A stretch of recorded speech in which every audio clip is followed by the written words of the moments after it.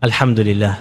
In the name of Allah subhanahu wa ta'ala, the most gracious, the most merciful. Peace and blessings be upon our beloved Prophet Muhammad sallallahu alayhi wasallam. My beloved brothers and sisters, I want to ask you a question that might shake your heart tonight. Who is the true love of your life? We all claim it is Allah. We all say it with our tongues. But let us look at our actions. What is it that truly drives you? What is it that you think about when you wake up and when you go to sleep? Allah Almighty warns us in the Quran about a hidden danger. It is not the shirk of bowing down to stone statues. It is the shirk of love. He says in Surah Al-Baqarah, and yet among the people are those who take other than Allah as equals to Him. They love them as they should love Allah, but those who believe are stronger in love for Allah. Think about that verse. Allah is saying that some people love others equal to their love of Allah. But the true believers, their love for Allah is greater than everything. It eclipses the sun. It outshines the moon. It is the fire that burns in their chest, consuming all other attachments. So how do we know if we have fallen into this trap? It is simple. Look at what happens when a choice comes between you and your Creator. Maybe it is a business opportunity. It is lucrative. It is shiny, but it is suspicious. It might be haram. In that moment, your heart is tested. If your love for the gold coin and for the status is stronger than your love for Allah, you push His command aside.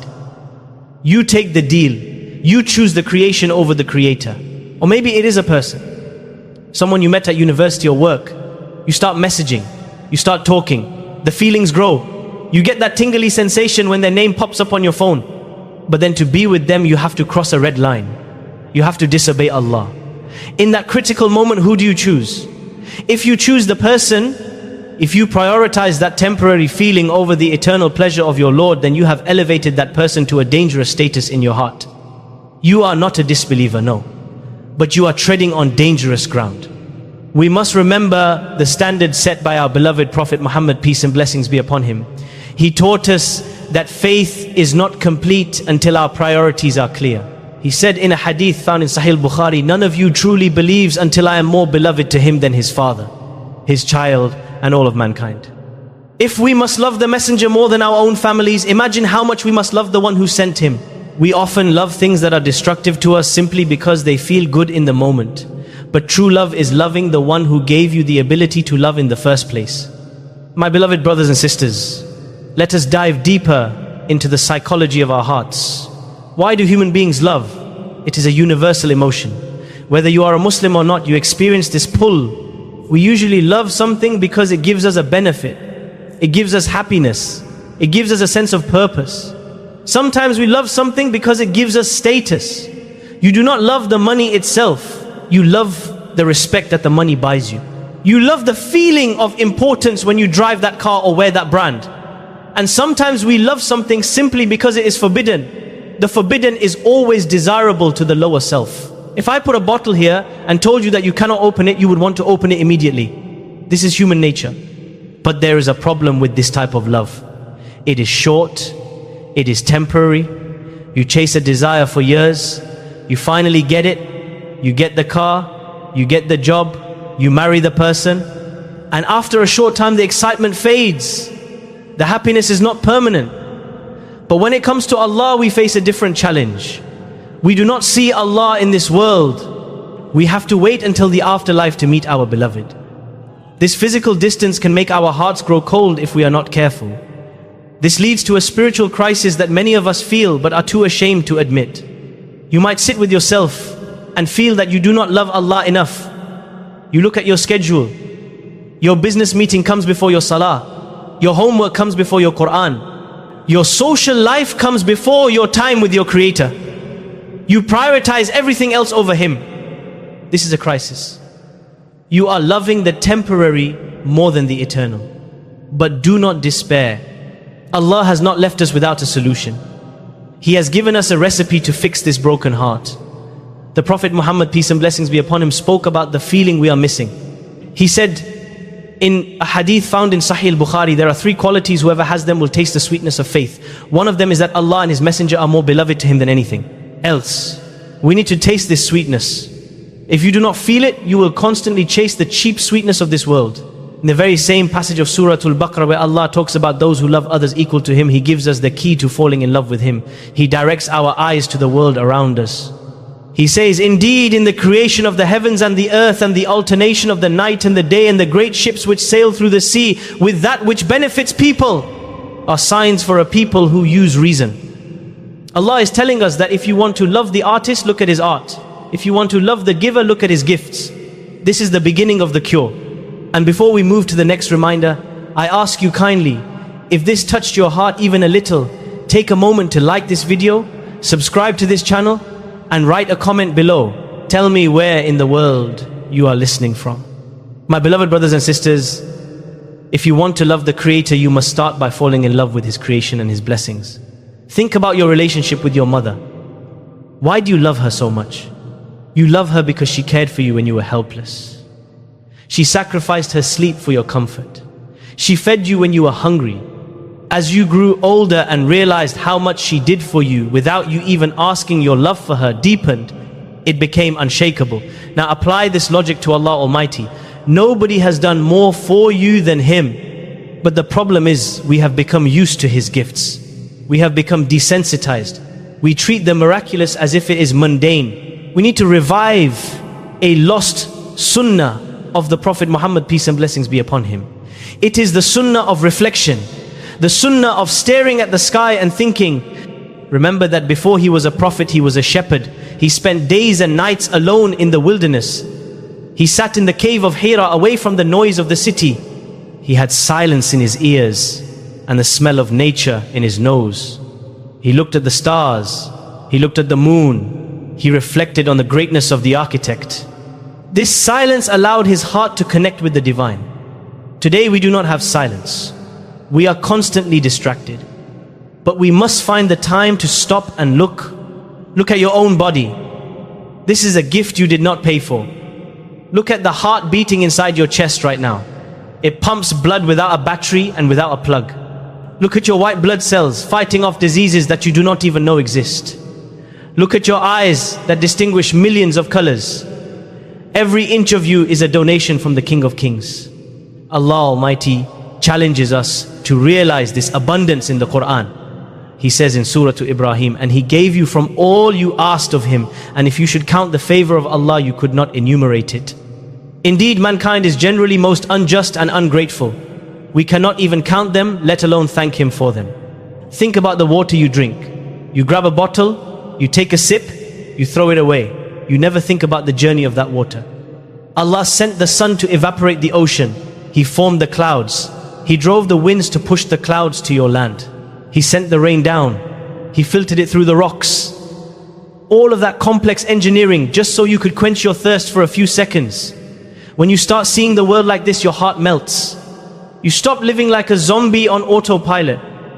You become alive with gratitude. The Prophet, peace and blessings be upon him, warned us about taking these basic things for granted. He said in a hadith found in Sahih Bukhari, there are two blessings which many people lose: health and free time. We only appreciate them when they are gone. Let us not wait for the blessing to disappear before we love the one who gave it. My beloved brothers and sisters, we know that we need to reflect to build this love. But let us be honest with ourselves. It is hard. It is extremely hard in the world we live in today. We are fighting a war against our own pockets. These devices that we carry do not leave us alone. We are never truly alone anymore. Before humanity had these smartphones, if you were sitting in a waiting room for 30 minutes, you were by yourself. You had time to think. If you were traveling on a camel for 10 days, you were alone with your thoughts. Nobody was bothering you. There were no notifications. Today we do not have a single moment of silence. The moment we have a free second, we reach for the phone. We scroll. We watch. And what are we looking at? We are often looking at what Allah gave to other people. We go on Instagram or TikTok and we see the cars. We see the vacations in Spain or Morocco. We see the desserts and the luxury. We are constantly exposed to what we do not have. This breeds a disease in the heart. It breeds ingratitude. You start to dislike your own life. You start to complain about your Creator instead of thanking Him. The love of Allah comes from appreciating what you have, but social media trains you to focus on what you lack. We must disconnect to reconnect. Now let us look at the natural consequence of love. When you truly love someone, you start to follow them. You do not even realize it. Look at our young generation. Look at the boys in the masjid. You see a young boy wearing a red shirt with a name on the back. Maybe it says Ronaldo. Maybe it says Messi. He supports a team. He watches every game. He cuts his hair like his favorite player. He walks like him. He celebrates like him. Why? Because love leads to imitation. It is a human instinct. You want to be like the one you admire. You copy their style. You copy their words.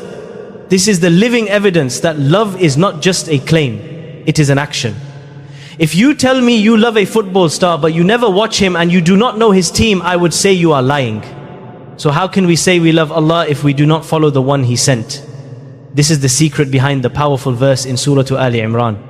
Allah commands the Prophet, peace and blessings be upon him, to say, if you should love Allah, then follow me, so Allah will love you and forgive you your sins.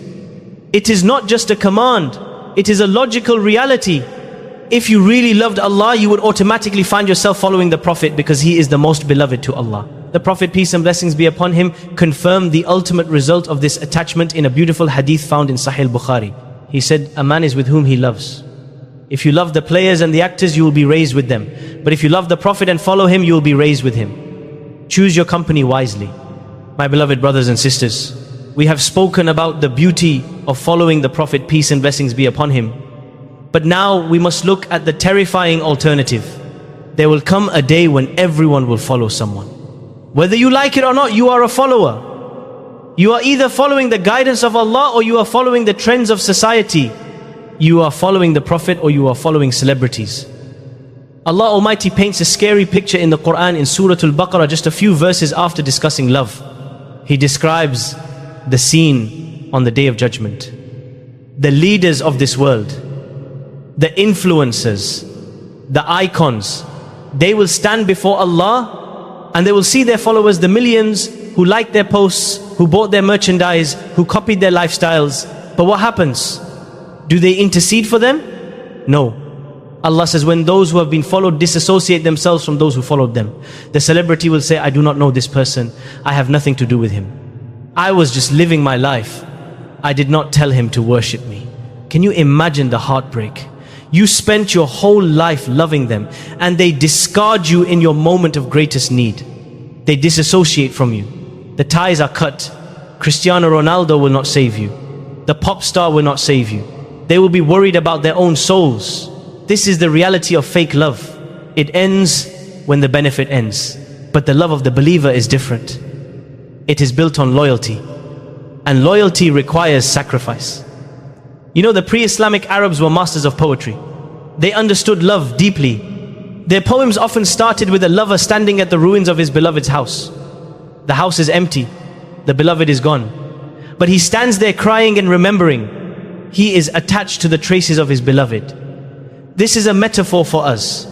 We do not see the Prophet, peace and blessings be upon him.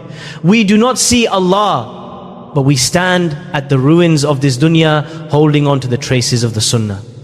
We hold on to the prayer. We hold on to the hijab. We hold on to the beard. Why? Because these are the things our beloved loves. The Prophet, peace and blessings be upon him, taught us what truly stays with us. He said in a hadith found in Sahih Bukhari, 3 follow a dead body: his family, his wealth and his deeds. 2 of them return and 1 remains with him. Your wealth goes back to the bank. Your family goes back to their homes.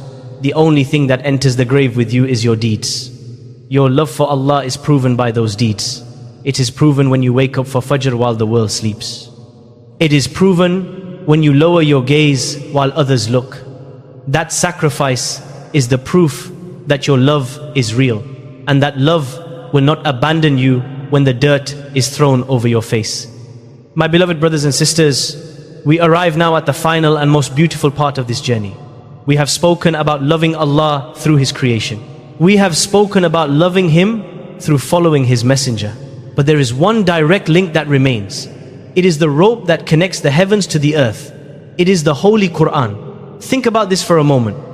If you receive a message from someone you love deeply, what do? You read it. You do not just read it once. You read it 10 times. You analyze every word. You look for the hidden meanings. You save the message. You screenshot it. You smile when you look at it. Why? Because these are the words of your beloved. They are precious to you. Now ask yourself honestly, how do we treat the message of our beloved Allah? He sent us a love letter. He sent us a guide. He sent us a cure.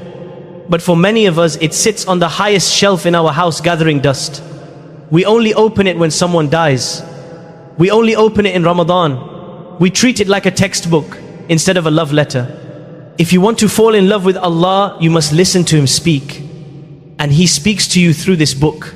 When you open the Quran, do not just read to finish the page. Read to connect.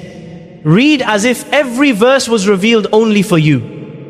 When Allah says, "O you who believe," say to yourself, "Here I am, my Lord. I am listening. What do you want from me?" This is the secret of the righteous. They found their comfort in the Quran. When they were sad, they opened the book. When they were happy, they opened the book. They knew that this was their conversation with the King. The Prophet Muhammad, peace and blessings be upon him, described the people of the Quran in a hadith found in Sunan Ibn Majah. He said that Allah has His own special people among mankind. The companions asked, "Who are they, O Messenger of Allah?" He said, "They are the people of the Quran.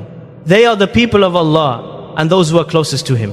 Do you not want to be from the VIPs of Allah? Do you not want to be from His special inner circle? The ticket is in your hands. It is that mushaf you have neglected. So my advice to you and to myself is simple. Make a promise to Allah tonight. Promise Him that you will not let a day pass without reading His words. Even if it is just 5 verses, even if it is just 1 page, do not disconnect the line. Wallahi, when you start your day with the Quran, you will see the barakah in your time. You will feel the tranquility in your heart. The anxiety will fade away. The love of the world will become small, and the love of the author will become huge. Let the Quran be your companion in this life, and it will be your defender in the grave. It will be your intercessor on the Day of Judgment. May Allah make the Quran the spring of our hearts and the light of our chests. Anything good I have said is from Allah alone, and anything wrong I have said is from me and the shaitan, and Allah and His Messenger are free from it. Assalamu alaikum wa rahmatullahi wa barakatuhu. Allahumma ij'al al-Qur'an al-azim rabi'a qulubina wa nura sudurina wa jala'a ahzanina wa dhahaba humumina wa ghumumina. O Allah, make the great Quran the spring of our hearts, the light of our chests, the banisher of our sadness, and the reliever of our distress and anxiety.